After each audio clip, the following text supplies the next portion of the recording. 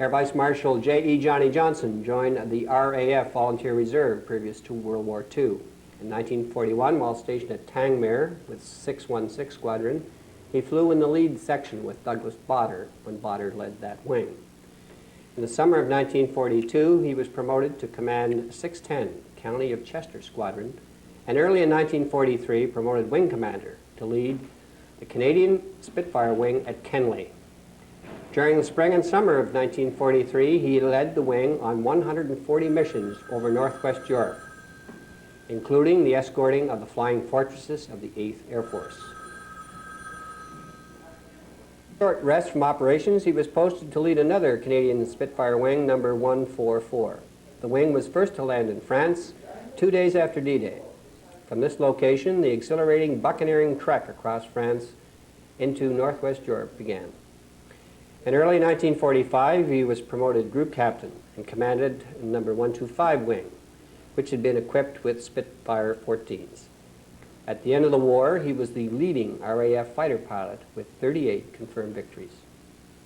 Following the war, he attended the Royal Canadian Air Force Staff College in Toronto, and then served with the United States Air Force for more than 3 years, including active service in Korea. In 1950, he commanded RAF Cottesmore, the first Victor bomber station. His last appointment was Air Officer Commanding Air Forces Middle East.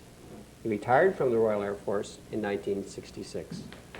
Sir, to start our interview, perhaps we could draw attention to the rosette that you're wearing on your lapel. I understand that that is a decoration that you have received, and there is a story behind it. Well, the story behind it was that 2 years ago, I was in France to take part in a ceremony at the Arc de Triomphe, rekindling the flame, which is the Arc de Triomphe, which they do incidentally every day, and I was in uniform, and the French noticed that I didn't have a French decoration, although I got Belgium and American decorations.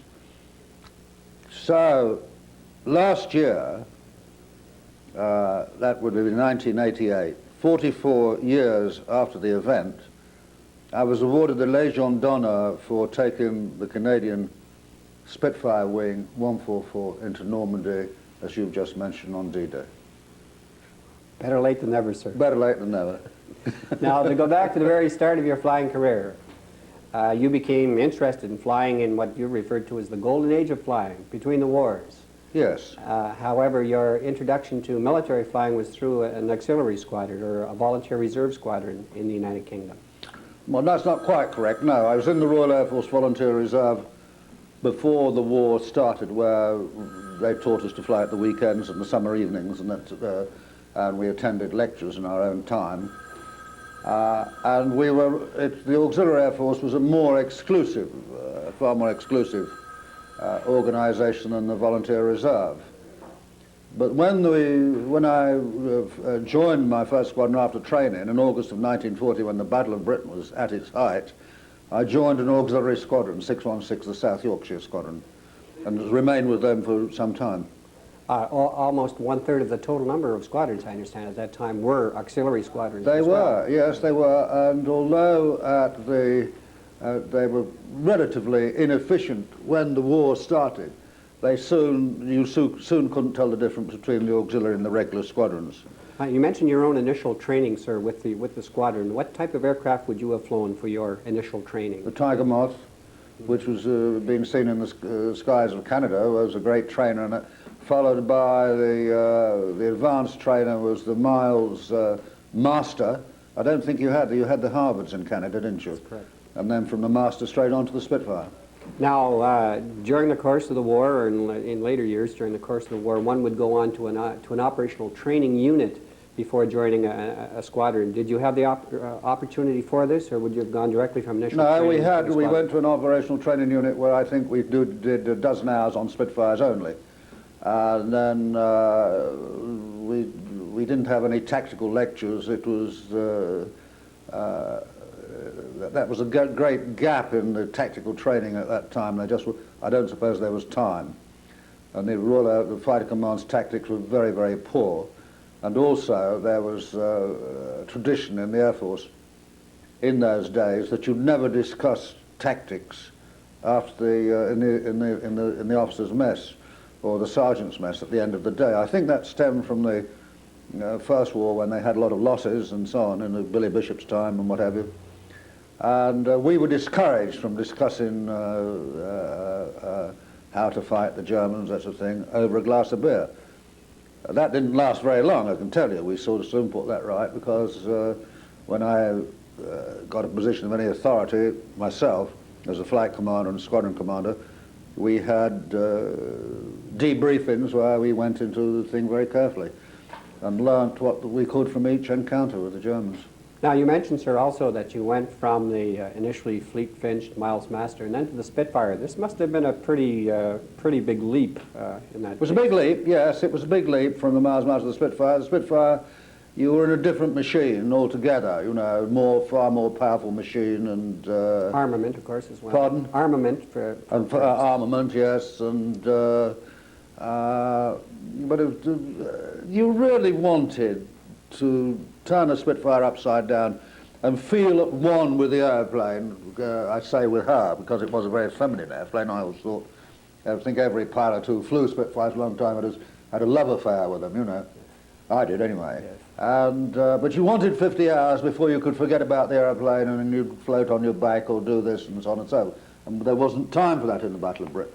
Right. And in my case, my own case, the squadron I was posted to in August of 1940, 616 Squadron, they lost half the squadron had been shot down or wounded in one encounter. And Dowding, the Commander-in-Chief, pulled them out of the front line and sent them up to a place called Coltishall in Norfolk to re-equip with pilots like me. And that really saved my life, I think. If I'd have been thrown into the Battle of Britain in that, or with 10 hours or 12 hours on a Spitfire, I don't think you and I would be sort of sitting here today. Right. And a lot of volunteer reservists, my own contemporaries, were killed at that time. When you returned from this training period then, this would have been to Tangmere, I guess, with... No, it was a Coltishall, really. Coltishall in 1940. Yes, following that, though, when you went back into operational flying, was this back to the Tangmere wing? No, we were flying operationally from Coltishall in 1940, and that's the thing. The Tangmere wing was in the following year, which was led by Barder, who I had previously met in 1940, he and Stan Turner, the Canadian reserve, because Barder was given command of a Canadian fighter squadron, 242 Squadron, which he reformed at Coltishall in Norfolk. And that squadron had been very badly kicked about and in France, very badly led. It had lost, the CEO had disappeared somewhere. They'd lost all the clothes, all the money, and France disintegrated. And it was Barder's job to try and sort of get that squadron into a fighting unit again. You had the opportunity of flying in the very same section with Barder as well. In 1941? In 1941. Yes, yes. Now, you mentioned Stan Turner. Stan Turner, I believe, was brought into the Tangmere wing by Barder to head one of the yes, squadrons. but previous to that, he'd been Barder's number 2 man in the squadron, in 242 Squadron. So when Barder was promoted to lead the Tangmere wing, he immediately asked for Stan Turner to come and command one of his squadrons, which is 141 Squadron, I think it was. 145 Squadron, I believe, yes. Now, Stan Turner's job, as I understand, within that wing was primarily to provide high cover. He was always the high cover squadron. Barder always flew in the same form. He always flew with our squadron. That's how I got to know him so well. So not only did he fly with 616 Squadron, but he always insisted that Dundas, Smith, and me would fly in his section of 4. And then he'd have 610 Squadron over Downson and high above Stan Turner with 145 Squadron as top cover. That was the pattern we flew in those days. Now, there's no doubt that Barder himself was a leader. Consequently, I would think his selection of Stan Turner as a deputy or as a squadron commander would also draw attention to his leadership qualities. Oh, he was a good leader. Stan, he was sometimes an awkward man, a difficult man on the ground, if you know what I mean. You mean you've been a naval officer. But in the air, he never knew when it was time to go home. He'd always be in there, Stan. He'd always fight to the very, very, very end and back you up. And Barder was lost, shot down on, I think, middle of August anyway, I think it's the 21st of August, 1941. And I always contend that if Stan Turner had been there with his squadron, Barter wouldn't have been shot down. But he'd been taken out of the Tangmere wing about a couple of weeks beforehand. Very reluctantly, too, I understand. Very reluctantly. He didn't want to go, no. And I understand when he got to his next posting, there were perhaps complications that came out of this due to the fact that he had a propensity for firing off a very large caliber pistol. I'm told that the pistol was produced when he went up to the north, and they shot pictures off the wall to the consternation of the station commander. Returning to Botter again, sir, and the very section that you flew with him. Now, I believe that he instituted the finger four formation, or is that correct? That's right. Yes, I think the Tangmere wing we used to fly in we got away from the VIX of 3, which was the dreadful thing that most squadrons were trained on, and flew in the Battle of Britain, the tight VIC of 3. And when we got down to the Tangmere wing, we flew in 4s, 3/4s line astern. And then Barder and Dundas got experimenting, and they sort of devised the finger 4. Well, they didn't devise it because the Germans have been flying in it since the Spanish Civil War. I see. So that's where perhaps that's the original idea came That's from. Galland and Moulders and those guys. They devised the Rot, which was the 2 airplane, and the Schwarm, which was the 4, for the Messerschmitt 109 in the Spanish Civil War, which formation is still flown today by the fighter jocks. And what particular advantages did this finger 4 have over, say, line astern? You had more cross cover. You had more cross cover, and there was no Arsène Charlie. Which I believe, was the original position that you would have occupied in the section when you flew with Botter. That's the position I should have been in, Arsène Charlie, yes. And a very difficult position as well. But in the line astern, you see, you're all up there more or less with the same chance. So it was more popular with the boys. Now, the type of operations that were being conducted out of Tangmere when you flew with Botter before he was shot down in August of 41, would these be the circuses? These were the circus operations, yes, these were the circus operations. Could you tell me a little bit about what a circus operation would involve? The circus operation, we thought the Germans would come and attack us again in the spring of 1941. So we were basically a defensive organization in fighter command, but we got a lot more squadrons. We get up to nearly 100 squadrons have been formed, a total of nearly 100 squadrons as opposed to the 55 or 60 in the Battle of Britain. And we waited for the Germans to come, and when they didn't, then we started to go flying over fighter sweeps over France and the Low Countries, which the Germans didn't react to. I mean, a fighter sweep did very little at 30,000 feet, wasn't doing a great deal of damage. So then they started to give a few bombers to bomb their airfields, and that was what the circus operation was. These were numbered consecutively, the circuses? They were numbered consecutively, and I believe the first circus number 1 started. Yes, they were. Yes, they were. At that time. Yes. And that had the effect of stinging the German fighter force to come up and fight and so on. What type of bombers would you have escorted back in in those days, we escorted a twin-engine Blenheim, the twin-engine Blenheim bomber, and I think in 1941 I saw for the first time a Stirling 4-engine bomber, which looked enormous to me, and we escorted just three of them to a daylight target. We mentioned circuses then, sir. One other operation is the rhubarb. Could you describe the difference between a circus then and a rhubarb? Well, a rhubarb operation, which I personally didn't like, was you took advantage of low cloud and bad weather, and 1 or 2 Spitfires would slip over the French coast in cloud and then let down, which was dangerous enough because you didn't always know where you were, you had no navigation aids.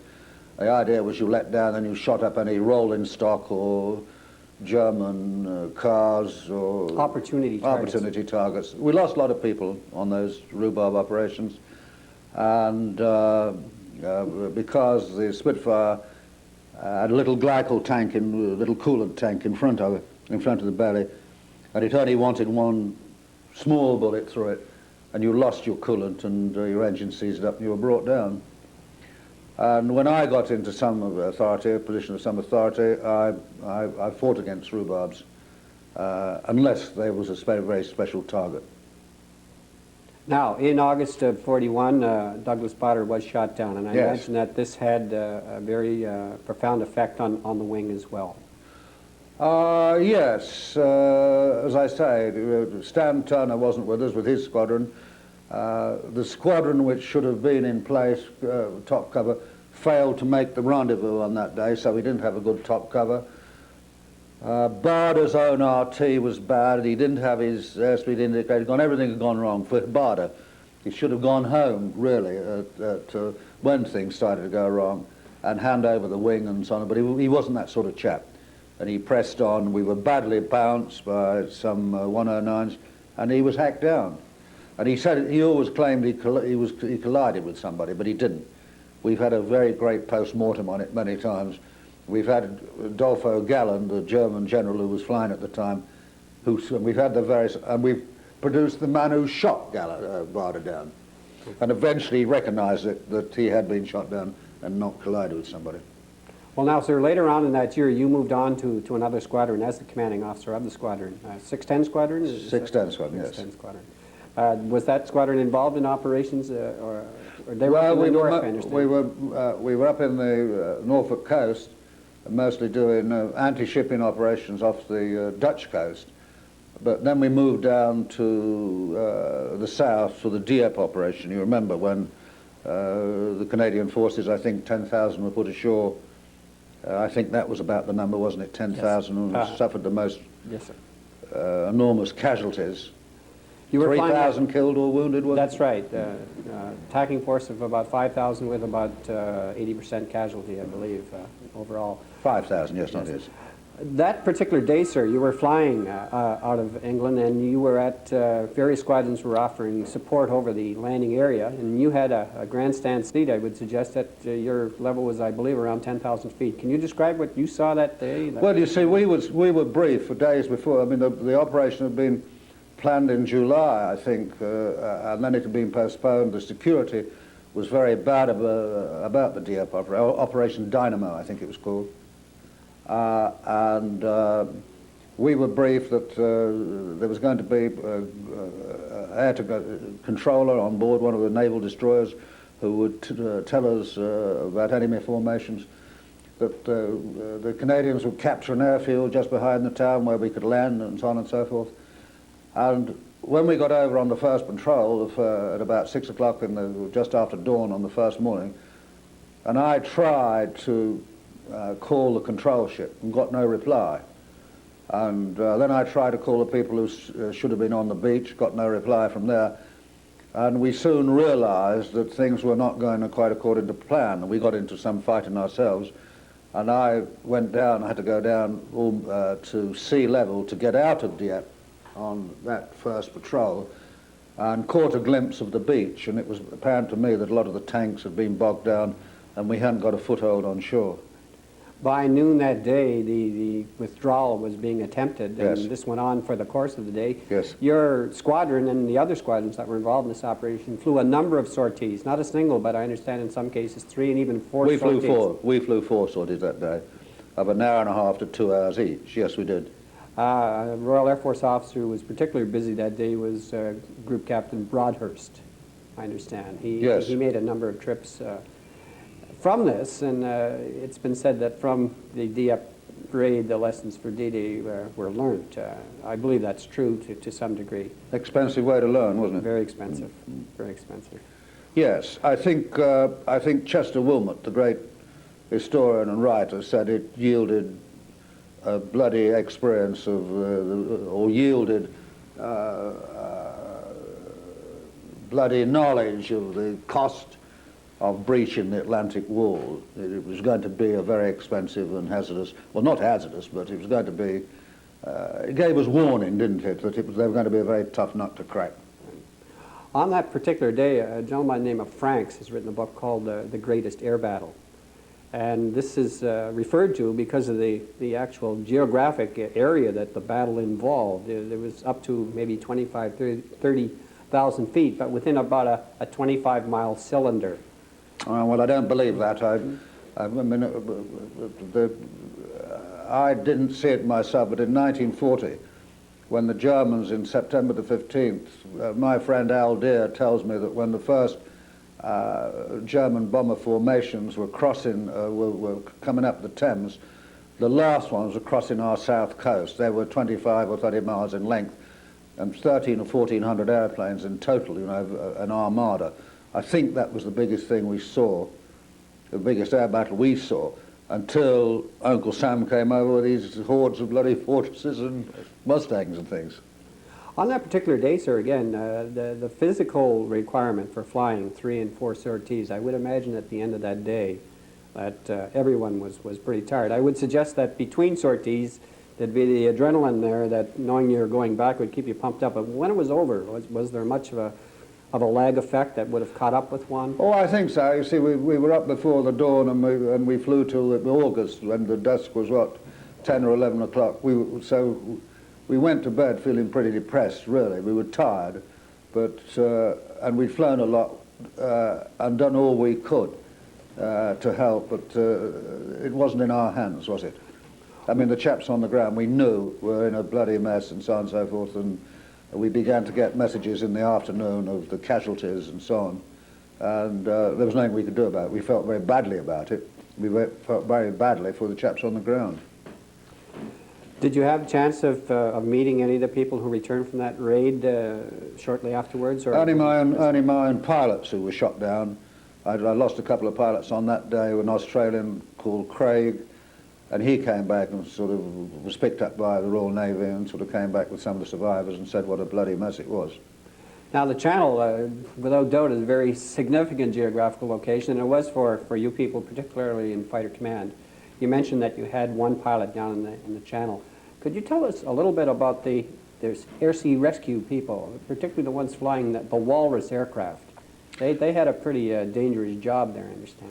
Well, we started the war with no air-sea rescue organisation, and then I think Dowding in 1940 came to some arrangement with the admiral who was commanding whatever it was. What command would that be? The Home Command or something or other in the Channel, who made a number of patrol craft available to him to pick up the pilots and that sort of thing. And then the fishermen went out and picked people up, but it was all very ad hoc. And I mean, I was writing a bit for a book, which, am I allowed to say that I'm writing a book on the Battle of Britain, published next week, next month, next year. But I was writing a bit, and there was a true story of one or two pilots had been shot down, and the naval rescue picked up one pilot, the naval launch, and they were coming back to somewhere on the south coast, and there was an old lady who picked in a Rhine boat all by herself, who'd gone out from the south coast about a couple of miles to pick up another guy. Yeah, an old lady of 50 or 60. This was something that your fighter squadron, not only your fighter squadron, but all squadrons were concerned with, a pilot down in the water. Quite frequently, an aircraft would be assigned to circuit. So well, that later on, you see, as you were saying, we got the Walrus, yes. Walrus airplanes, amphibians, which were very slow and very vulnerable.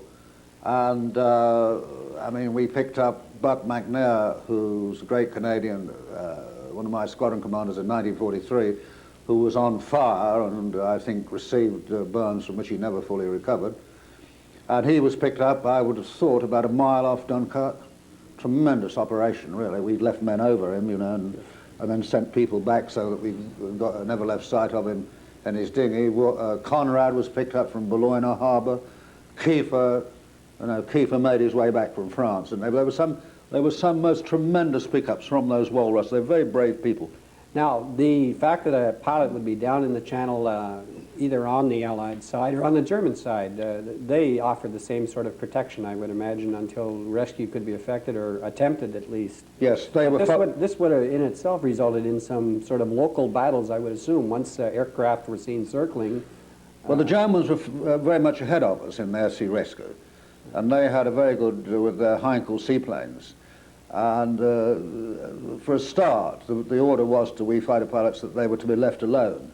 And then some nut said they were carrying out reconnaissance or they were reporting movements of shipping and that sort of thing. So we received orders to shoot them down and so on and so forth, and which I thought was a bad business. With 610 Squadron, sir, you would have carried the rank of squadron leader. Squadron leader, yes. And that would have been in 1942, which is 2 short years after you were into the war. Yes. You were then promoted in January or early in 1943 to take on the wing in Kenley, the Canadian, all-Canadian wing. Do you recall your thoughts at that time when? Well, you see, were everybody promoted? sort of said, you see, I suppose,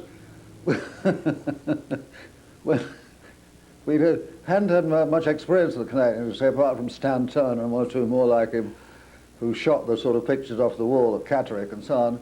And everybody said, oh my goodness, you get up there, you take the Canadians, you know, they're a wild bunch of cowboys, you'll never be able to control them, so on and so forth, bad luck, old boy, and so on.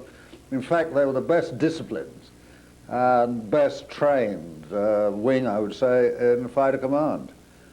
And Bud Malloy, who finished life as a Gulf pro, didn't he, at Uplands here, and a chap called Foster Bolton, they were my 2 squadron commanders, first-class chaps. And we had a great year together, I think, a great year.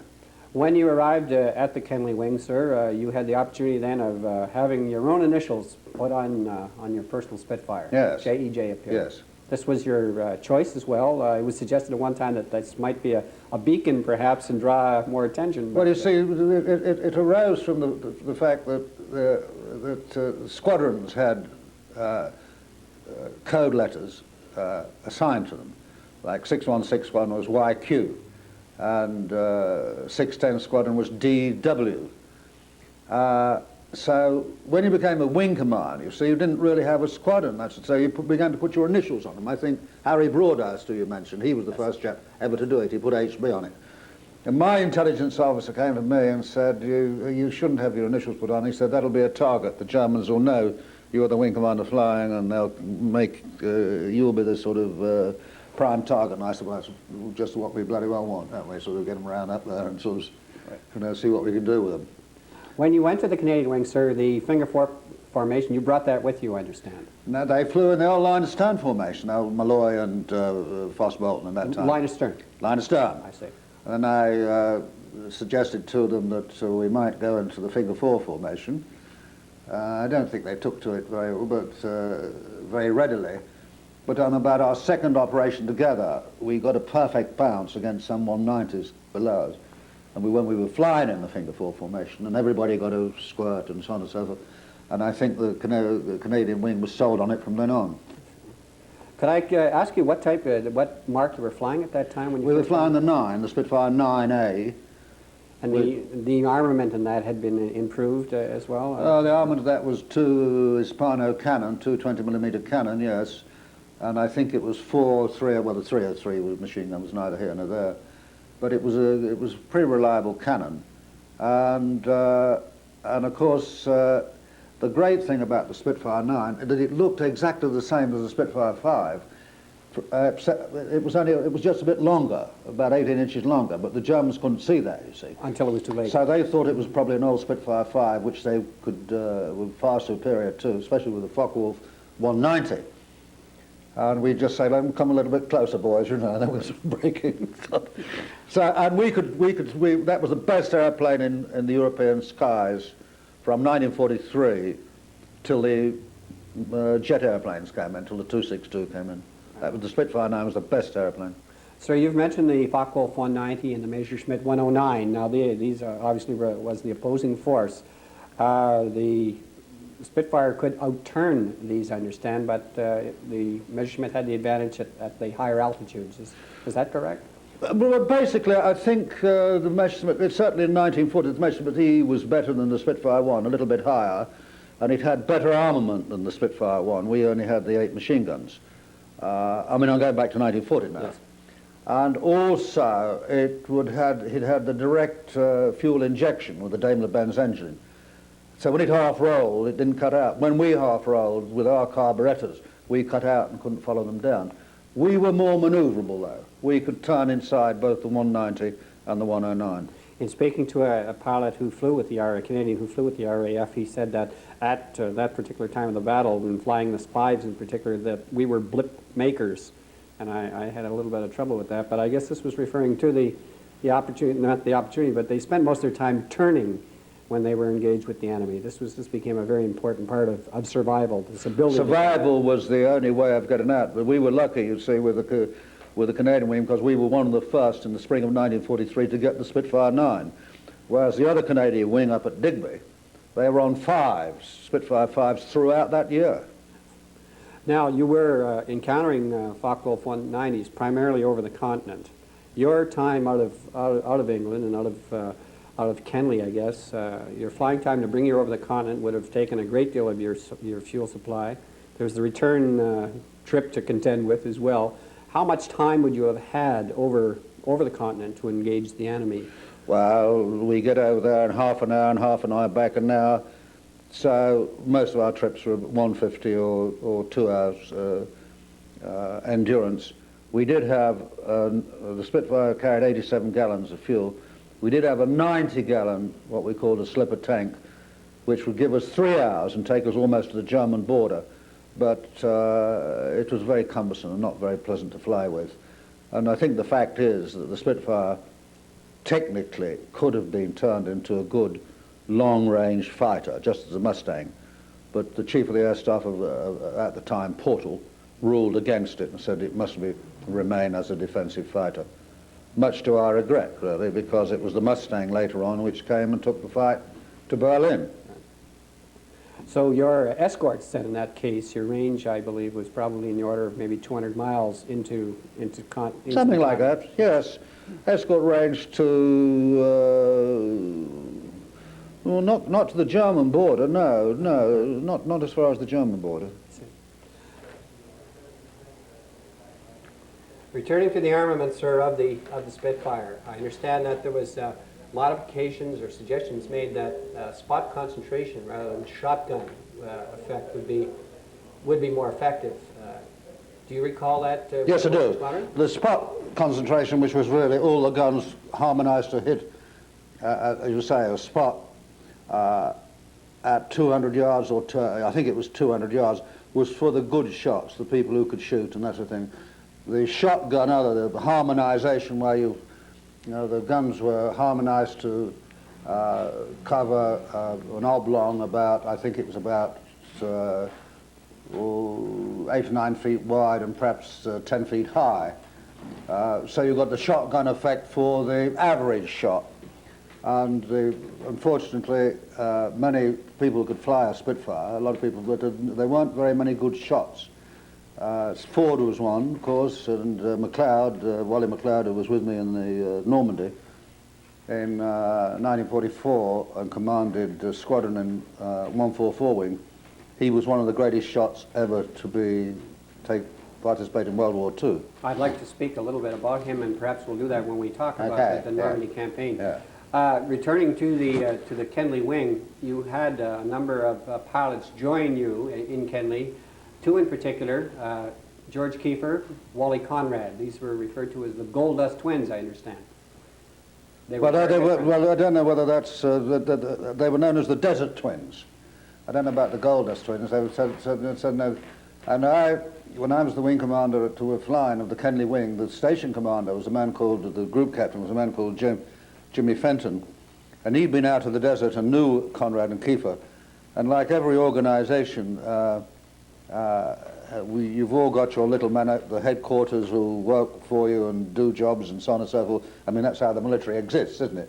And you've got a sergeant who knows the sergeants and so on and so forth. So he said, would I like Conrad and Kiefer in the Kenley wing? They're both experienced fighter pilots. They both flight commanders, both won the DFC. And these two young men, I suppose they were barely 20 then in those days, came up from the desert, tanned, handsome, fit, splendid young chaps. George Kiefer, as you know, became a wing commander and highly decorated. He was my wing commander flying at the end of the war. And Wally Conrad was shot down in France, made an epic escape, walked home and so on. Fine pair.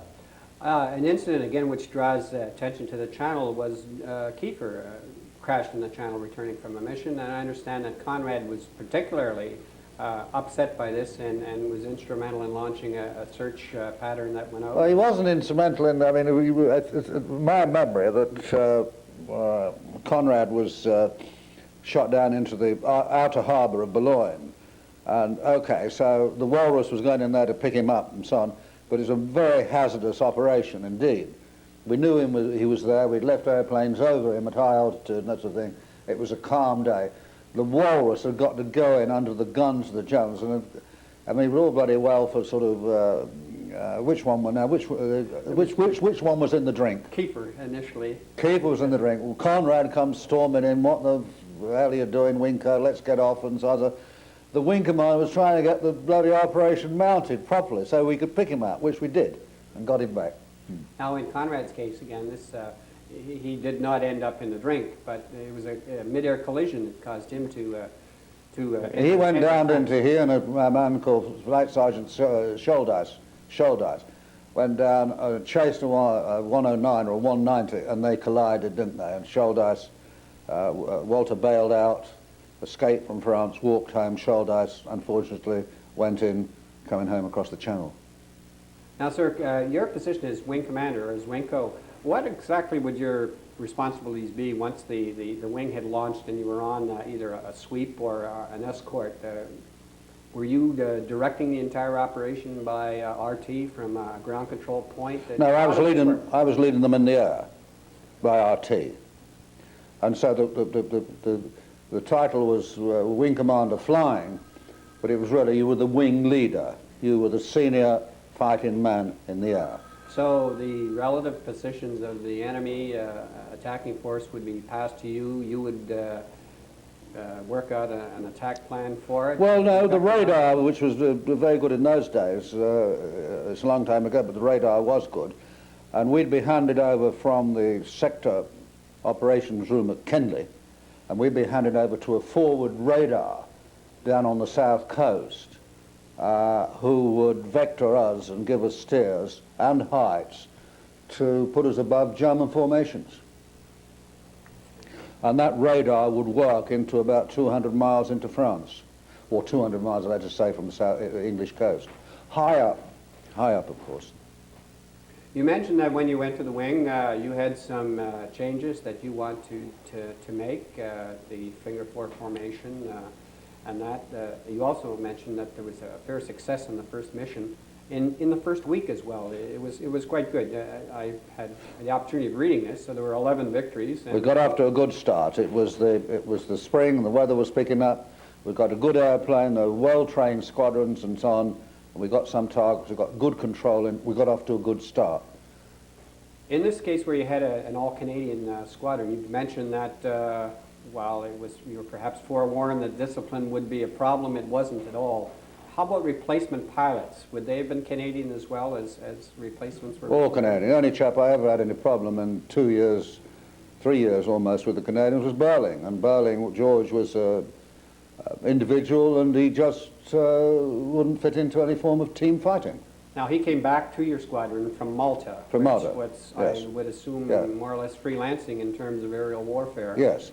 And this did obviously not fit in with the... Now, you see, the authorities read him wrong. They read Berlin wrong. What the Berlin should have done, they should have given him a long-range fighter like the Mustang, and perhaps a couple of men with him of equal temperament, and let them get on with their own private war. Let them go and fly to Berlin and back on the deck and make a bloody nuisance of themselves and so on. Because he was an individual. He just wanted to do his way. And I had him in when he came to Kennedy Wing, and I talked to him. He was a flying officer, highly decorated. He was a scruffy, untidy man, and so on and so forth. And we made him the wing gunnery officer and the wing this and that too, but he just wasn't interested. He just, every time he flew with us, he just half-rolled and buggered off. Did his own thing. And my successor, Huey Godefroy, had to get rid of him. But he should have been treated differently. He should have been, he was a lone ranger, really, George, and should have been given that opportunity. Or brought back to Canada and taken off operational flying, but that's what he didn't want, that, did he? No, that's true. He did return to Canada in a public relations Yeah. function, but as I understand, didn't really enjoy it very much. No, don't think he did. Right. Now, the replacement pilots are getting around to that again. The British Commonwealth Air Training Program then had been pretty well cranked up here in Canada at that time, and pilots were coming out at a very high rate.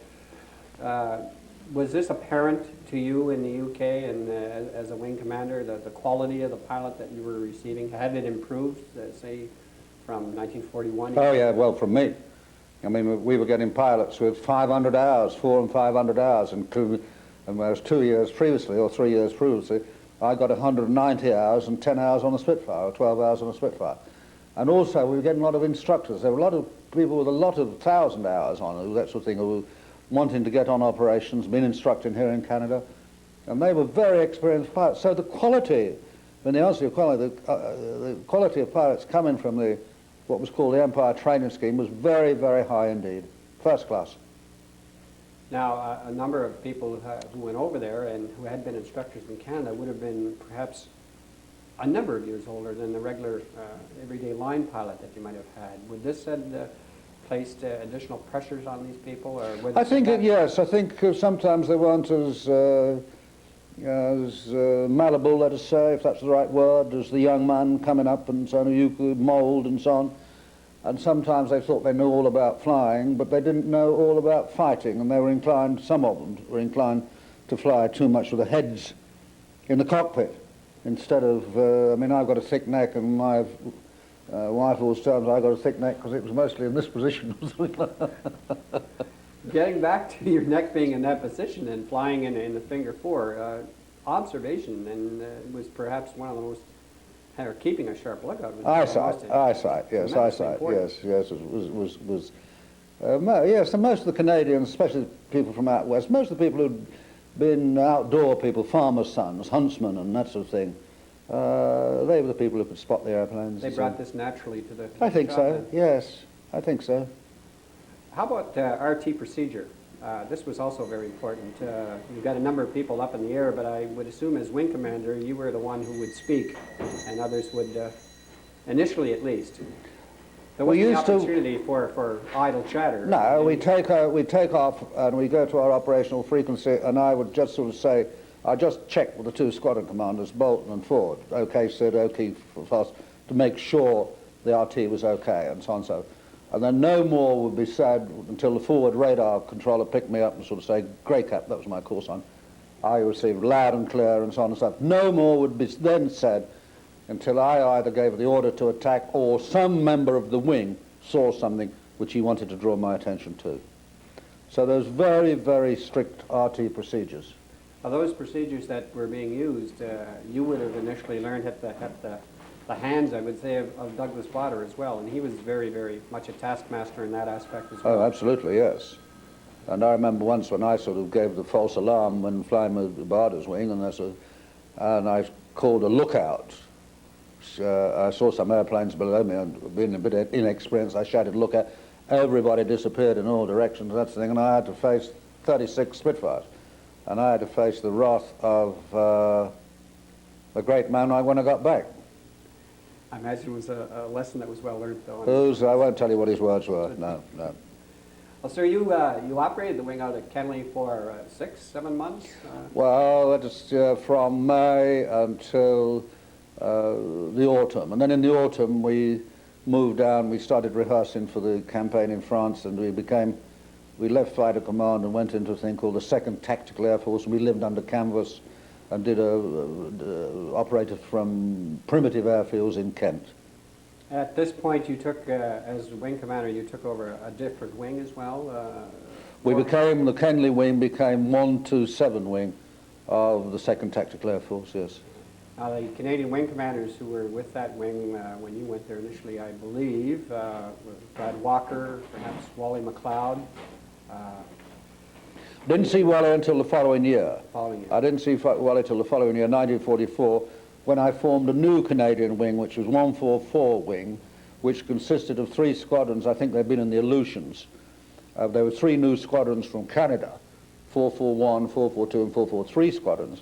But fortunately, the Canadian authorities said to me down in Lincoln, the Royal Canadian Air Force overseas, said, what do you want? And I said, I want a dozen good men, a dozen good flight commanders and squadron commanders, and got them. So we hired the pick of what was in England at the time. Now this was the tune-up for D-Day? This was the tune-up for D-Day. The actual role of the Spitfire was going to change as well when you got to the continent. You were primarily involved in bomber escort, but it was going to be... Well, it was air superiority, you were air superiority fighter, that sort of thing. You became a fighter bomber.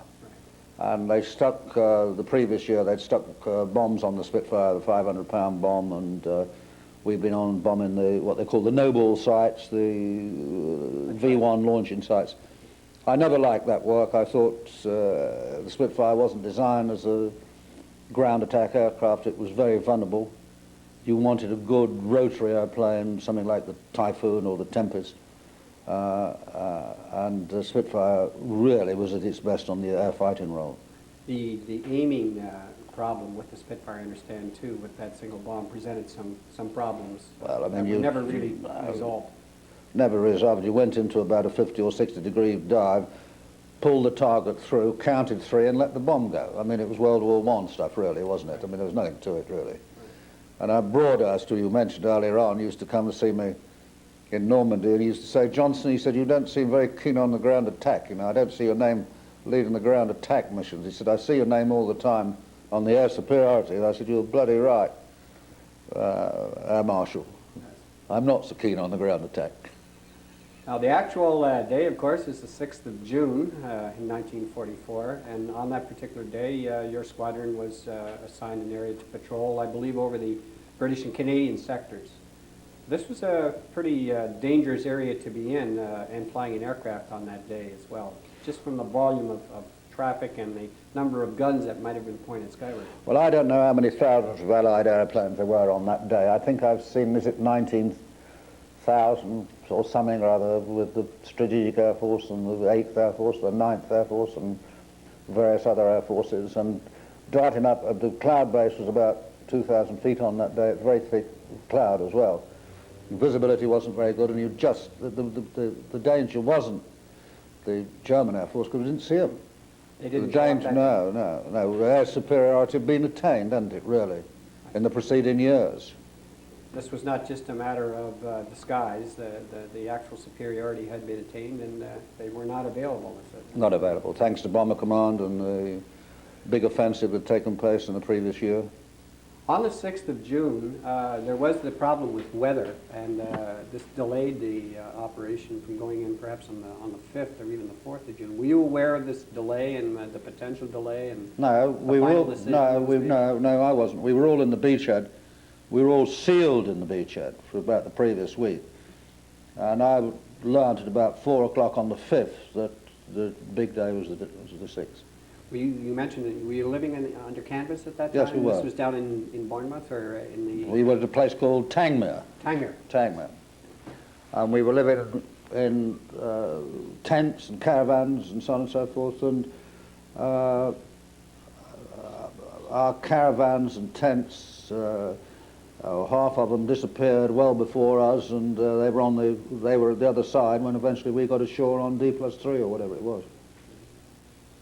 Now, you mentioned D+3. I have this record, so perhaps you don't mind if I correct you. I think it was D+2, sir. It was on the 8th of June, but it was actually one of your pilots, Del Russell. Del Russell, yes. Who landed in France. Yes, well, the AOC called me up and said, we've got the first strip available at a place called Saint-Croix-sur-Mer. Will you or send somebody in to make sure it's serviceable? So I said to Dal, you take this strip. Go and land there, see that you get fuel and so on and so forth, and then when you take off, climb as high as you can, so you get a message back to me saying it's okay or it's not okay. So in about an hour and a half, the people, the brass back in the control centre, knew that we had got a good strip at Saint-Croix-sur-Mer in Normandy. And then the squadron moved over there shortly afterwards and Wing. operated a Three wing, squadron. rather. Sorry. Three squadron. Yes. All right. If I could just ask one more question. On the 6th of June, this was obviously the big match, and the fact that the enemy didn't show up that day probably presented a problem to you in terms of your own people, telling them that the battle was still ahead, because I would assume there was a lot of attention drawn to that day, and there might have been even a letdown. Well, I think there was a feeling, a bit of frustration, that's the thing, but we all knew, didn't we? I mean, especially those of us who'd been at it for a year or two, we all knew the recuperative powers of the jab. We knew that they put in a show sooner or later. And that's what I tried to tell the chaps. I said, you can be sure as hell that there'll be a counterattack and there will be enemy airplanes for you to get, which there were indeed, yes, later on. Now, you mentioned your accommodation at Tangmere was under canvas, and then, of course, when you moved to Normandy, it certainly didn't improve by any stretch of the imagination. You were continuing to live under canvas, but also having the benefits, if you call them that, of split trenches to jump in on occasion as well. I understand that life wasn't really that pleasant, at least not in the initial stages in Normandy. Well, I tried the first night or two in my caravan, the flak was sort of raining down on it, you know, and it wasn't very pleasant. And I discovered that the 3 squadron commanders were Dal Russell, Wally McLeod, George Hill has left us, and Dan Brown, that's right, from, Dan, he was an American. And they, I thought, well, I wonder where these buggers are, how they are faring, you see. And I went out in the middle of the night to see how they were getting on, because they were in tents and I was in a caravan, so I had more protection. But they had found a German dugout, which was a German sort of command post, which was very stoutly constructed of reinforced concrete and very electric light, and there the buggers were, very nicely holed up, so I joined them.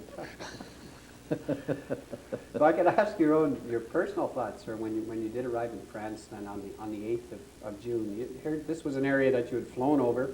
We've flown over a long time, yes, we've flown over a long time, and I think that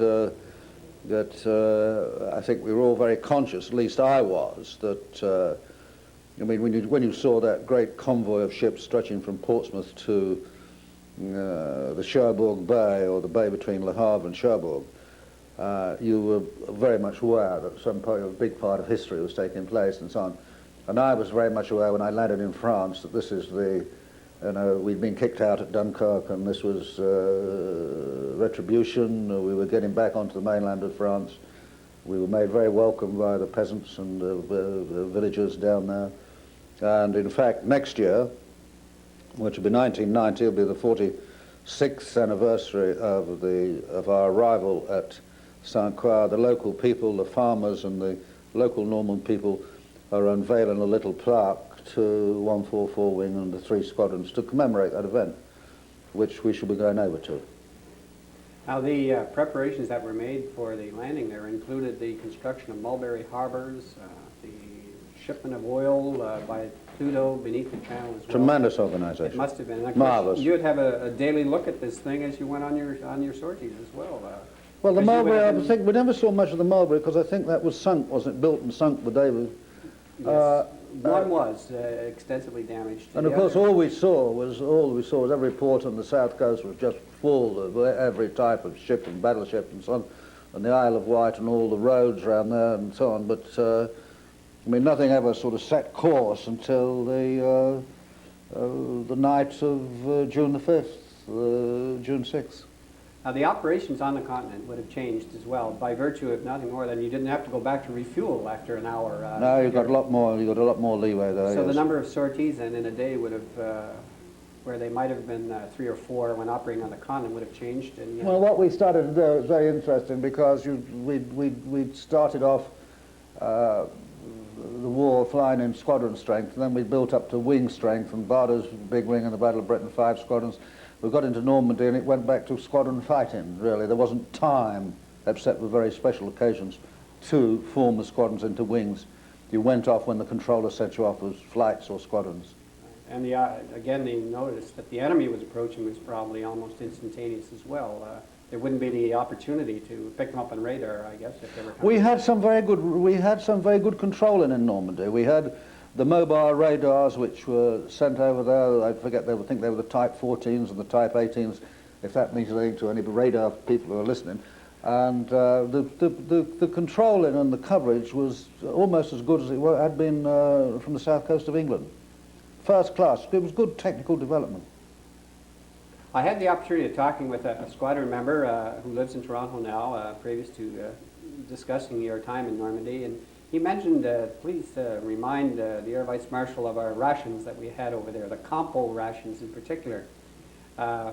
Things were not that good. Food was there, but it wasn't really perhaps the sort of fare that the Canadian palate would have been more used to.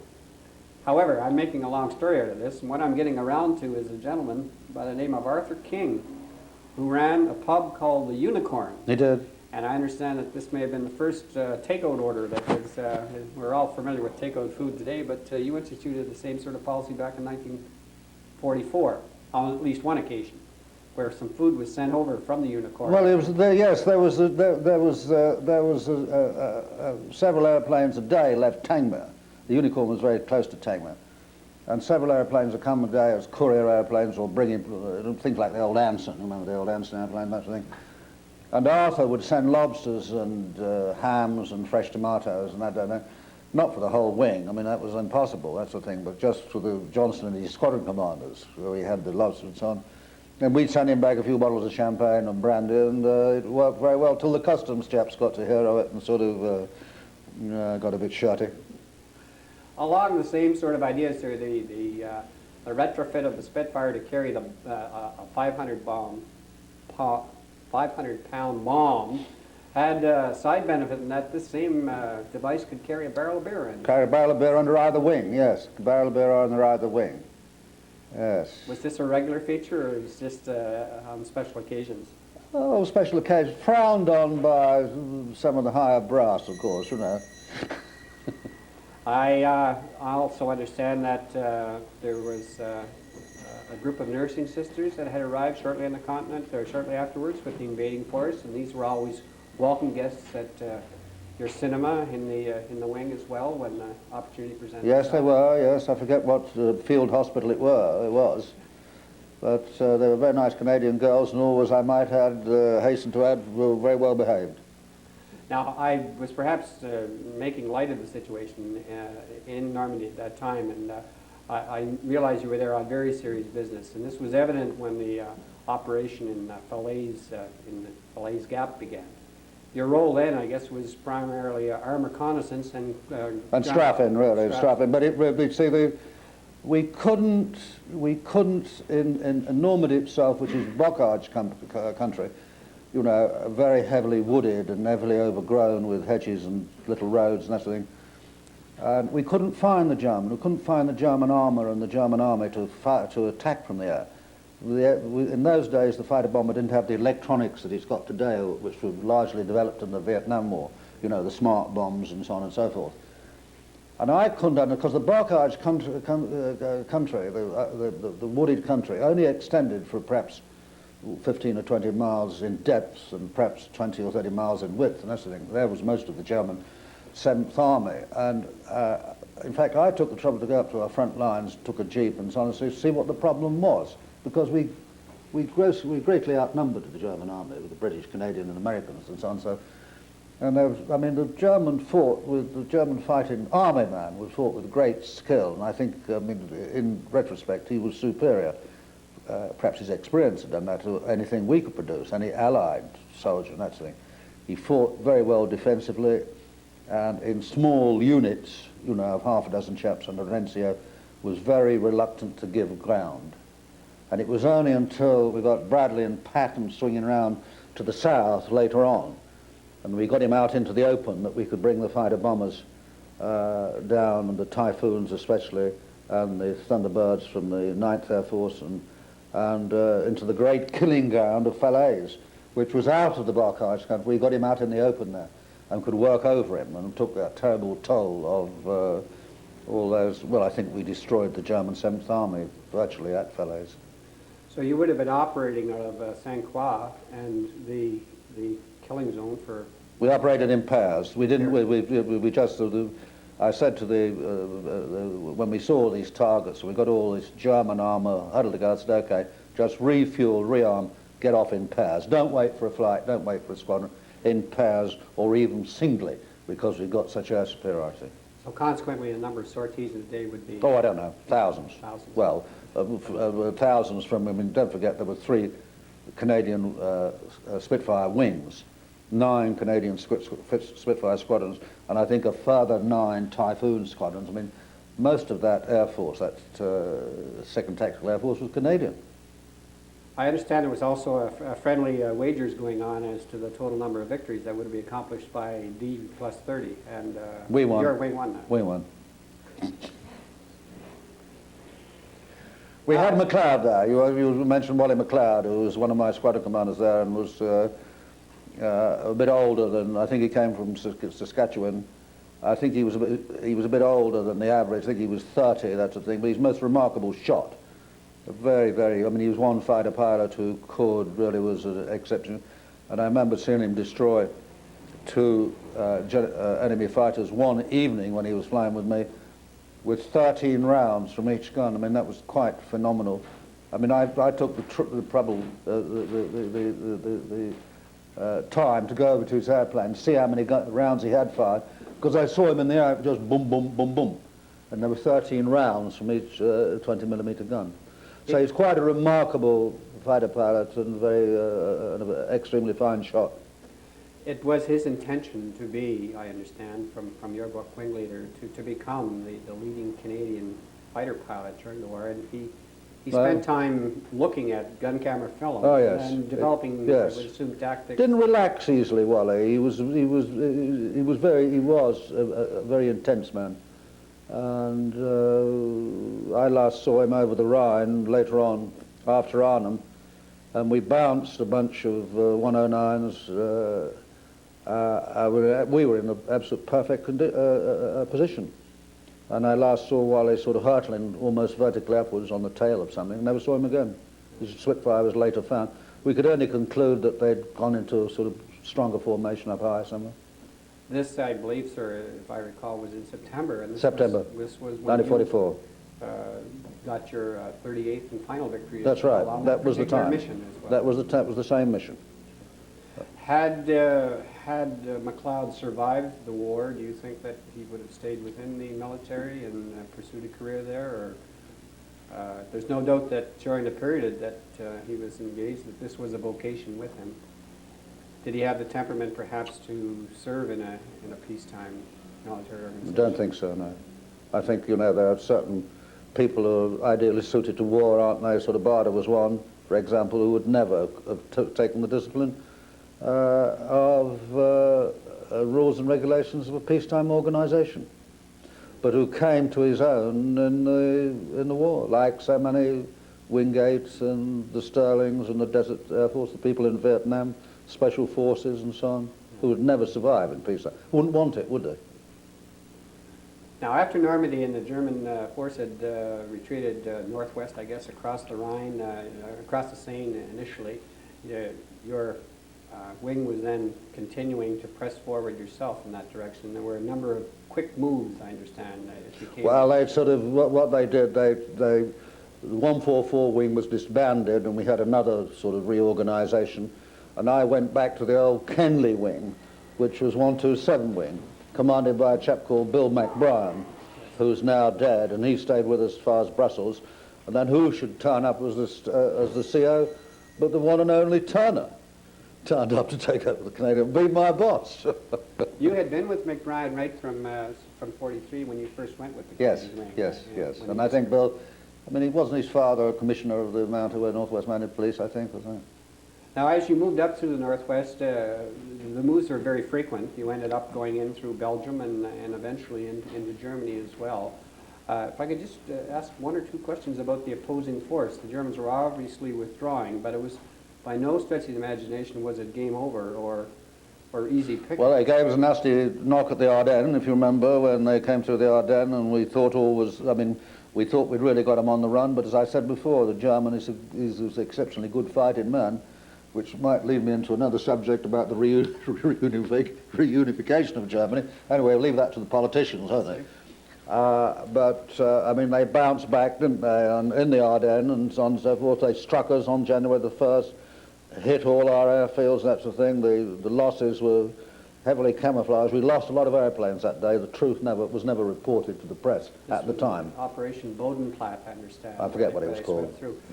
Also, the jet at the German Me-262 made its appearance as well. And this, we had first seen that at Arnhem, yes, and we couldn't cope with it. But I mean, I was talking to a bunch of Germans last year, and they said, you know, I was sort of saying what a good airplane the 262 was, and they said yes. And did you know we had 750 at the end of the war? I said yes, I knew you had 750, but you didn't have the bloody fuel to make them go, did you? You see, that's what sort of did to me. Now, the first one that was shot down by a Canadian. This was Dal Russell, I understand, or not Dal Russell personally, but perhaps he's 126 wing, yes. But here's an interesting point with him. I understand that in order to get in on the D-Day thing, he approached you and asked to take one of your squadrons. We'd lost George Hill. We'd lost a man called George Hill, right, who was a Nova Scotian, a very famous fighter pilot with the DFC and 2 bars and everything. And then Dale rang me up and said, could he have George Hill's squadron? And I said, well, you're a wing commander, Dale. And he said, well, that doesn't matter. I want to be in this show. And he said, I'm quite happy to revert to squadron, which he did. He was, in a short time, re-promoted to wing commander. Became the wing commander and that sort of thing, and he was a super chap, Dale. Very nice guy. We lost his brother, Huey Russell, in Normandy, unfortunately, but Dale was, he's still here in Canada, of course, and I see him from time to time. Now, if I could just bring up one other name, and this was a name that we've introduced already, and this was George Kiefer, who had now, by the time he had reached and crossed the Rhine, had reached the rank of wing commander himself, and was in... It was my wing commander. In 127. On a particular incident, there was a strafing attack that was taken in mid-April, I believe. I know it was. I remember it was right towards the end of the war, and George was leading the wing, and I was leading one of the squadrons. It was one of the few wing shows we did, and we'd gone looking for trouble towards to the east, to Berlin, and George flew us over a well-stocked airfield called Pochim, P-O-A-C-H-I-M. I remember it after all this time. And we were flying at about 12,000 feet or something, 12 or 14,000. Flak came at us. They were all knew we were there. And then old George went up, sun for about 10 minutes, then came down, lie down. I thought, well, Christ, can't possibly going to be attack this lot, because they were all ready and waiting. But in he went with his number 2 and set fire to a dozen airplanes about to take off. And both he and his wingman came out the other end? He got away with it. He got away with it. Very brave, very hazardous, and a very brave piece of flying, when we all knew it was only just a question of days before the thing was going to fold up. When the war ended, sir, you were on the continent then, and did you have a chance to have a look at some of the German aerodromes that you were... I had a chance to look at Belsen, which was next to where we sort of, where Kiefer and I finished the war, at a place called Celle. And my doctors came in and said, you know, there's a concentration camp, you better come and see it, because it was just the most sort of appalling thing I'd ever seen in my life. These thousands and tens of thousands of Jews all dying and being gassed and so on and so forth. Belsen. I would suggest that perhaps this, in your own mind, at least let you think that the job that you had done during the previous 4 years had certainly been well directed. Worthwhile. Yes, we didn't understand the mentality which would treat people like that, and so we didn't know, and I don't fully today. When the war ended, sir, you were then at the rank of group captain. And did you decide at that time to stay in the RAF? Well, the previous year, 1944, the Royal Air Force had selected, or a few people like myself, they'd written to me and said, you know, would you consider staying on as a permanent... They offered us permanent commissions, which I took, because I'd always wanted to get in the RAF, and I also wanted to be a fighter pilot, and so I thought, well, you know, this is the life. It wasn't quite the life from there on, was it, quite afterwards, but I enjoyed it. You were then exposed to our day, or what we call our day in Canada, was reversion day, where you were required to drop a rank. Required to? To drop a rank. Well, we all dropped ranks, yes. Some of the poor chaps had to drop too. I see. But I went down to Wing Commander, and it took me till the career more to get it back again. One of your post-war postings was to Canada, I understand, to the RCAF. RCAF stuff. It was shortly after the war up at Armour Heights, yes. Yes, where there was some good Canadians there, and it was certainly what they called a sabbatical year. We didn't have to work too hard, and we drank a fair amount of whiskey. And I would imagine you had the chance to renew acquaintances on this side with some of the pilots. Oh, did. Yes, we did. But not many of them stayed in the Royal Canadian Air Force. I mean, Dal Russell, he left. Kiefer, Conrad finished up as being president of some Olympic Airways or something or other, and then he was down with Braniff, and he was an airline man. George Hill became a doctor, and very few of them stayed in. Now, you then went on to a tour in the United States as well, I would imagine, as a military attaché. And No, I was just what they called an exchange officer down at Langley Field but this in gave Virginia. this gave you the opportunity of getting to Korea. Gave me the opportunity to get to Korea, and it was a period I very much enjoyed. Langley Field, they had a lot of airplanes. The Sabre was just coming, the jets were just coming into service, and so on. Sir, there's no doubt in my mind that being asked to select your favorite aircraft, it would be the Spitfire. However, could you compare it with the Sabre? Now, this was perhaps your first, the Meteor and Vampire had appeared in the UK. The Sabre was far, far superior to either the Meteor or the Vampire. They were awful airplanes, I thought. Heavy and slow and not much faster than the Spitfire. But the Sabre was a very good, it was a step forward. Very nice, yes. Would it be fair to say the Sabre was the Spitfire of the 50s? Would it I think it was. It was a very fine airplane. You made it here in Canada. And then the Super Sabre, the F-100, that was also, which I flew, that was also a very good airplane. Now, following this, you flew operationally in Korea as well. Yes, I did. Was this with the American squadrons and patrols? Yes, yes. With the I flew B-26s, which are primarily to see what it was all about in Korea. Then I flew the F-80 and then the F-86. But I didn't shoot any MiGs down. I see. Had the tactics changed appreciably from Just what the you same. Just the same. The tactics really changed. It was the Vietnamese War, the war in Vietnam, where the smart bombs and all the electronics, where for the first time in history, you could shoot a man down without physically seeing him. You could shoot him down for 10 or 12 miles with the various missiles and that sort of thing, once he'd been identified as hostile. That was the big technical advance, the Vietnam War. Your next to last posting then was at Cottesmore as a commanding officer at RAF Cottesmore for the first Victor bomber station as well. Yes. So obviously you were checked out to fly this bomber as well. Flew the Vulcans and the Victors, yes. And it was an interesting time, and Bomber Command was getting all the priority at that time with its nuclear weapons and so on, and I'd never been in Bomber Command, fortunately, because I think they had a very hard life of it compared to us. The casualties were, enormous casualties. You took sort of 30% chance of getting through your first tour of operations. And some of them did 3 tours, but still, they were fine people.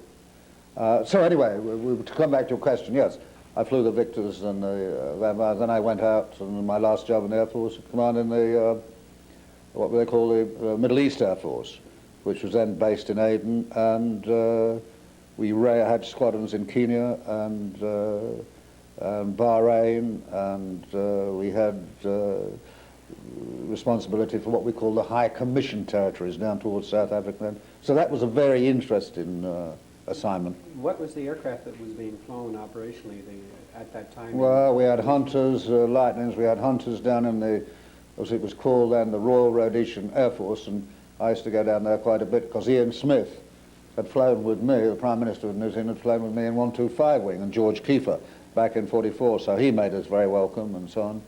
And Africa is a wonderful place. It's sort of, once you've lived in Africa, it sets some sort of seal on you. You want to see it again. Now, you retired, sir, in 1966. Yes. But I'd just like to close this off by asking you a little bit about the Johnny Johnson Housing Trust, which I believe you've been instrumental in founding. Yes, well, I founded that shortly after I retired from the Air Force. It builds homes, for what we call sheltered homes, for retired people and ex-service people, and it's been reasonably successful. We've got about 100 of what we call these sheltered homes, mostly in the north of England, and housing 3,000 people, some of whom are veterans from the war.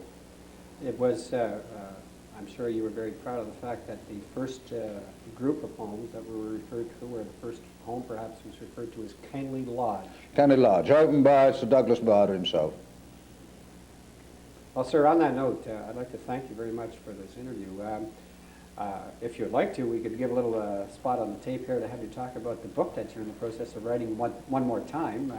Will this cover your experiences through the entire war, or will it focus on... Well, I was in the midst of writing a book, and then Hutchinson's, who have been taken over by Random House, I don't know whether we're allowed to say this sort of thing, but anyway, you can cut it out if we're not. And last year, before they were to take over, the managing director said, no more war books. All war books out, he said, you know, no more war. So they ran there to get taken over for 80 million by Random House and so on and so forth. The new chap comes in and said, where's the war books? Got no war books. So a fellow called Laddin Lucas and I have done an anthology on the Battle of Britain. An anthology is selected writings, poetry and so on and so forth. I have done the first chapter of 5,000 words and the verdict on the Battle of Britain, the conclusion. And in between it is a pure anthology of going back to Henry V and Shakespeare and so on. And I think it's a bedside book, And some of Richard Hillary's writings, you know, The Last Enemy and those sort of people. Some of Churchill's quotations, some of Goering's and so on. I think it'll be a nice book. And you can buy one for about 16 quid. Well, the interview that we're just completing here will become part of the museum at Trenton, and again, I'd like to thank you very much for your time. I can only guarantee you that the museum will also stock a copy of your book as well. But on behalf of the museum, I'd like to thank you very much. It's been a most interesting time for me, and I'm sure for people who see this, it'll be equally as interesting. Thank you very much, sir. Thank you, Don. It's been a pleasure.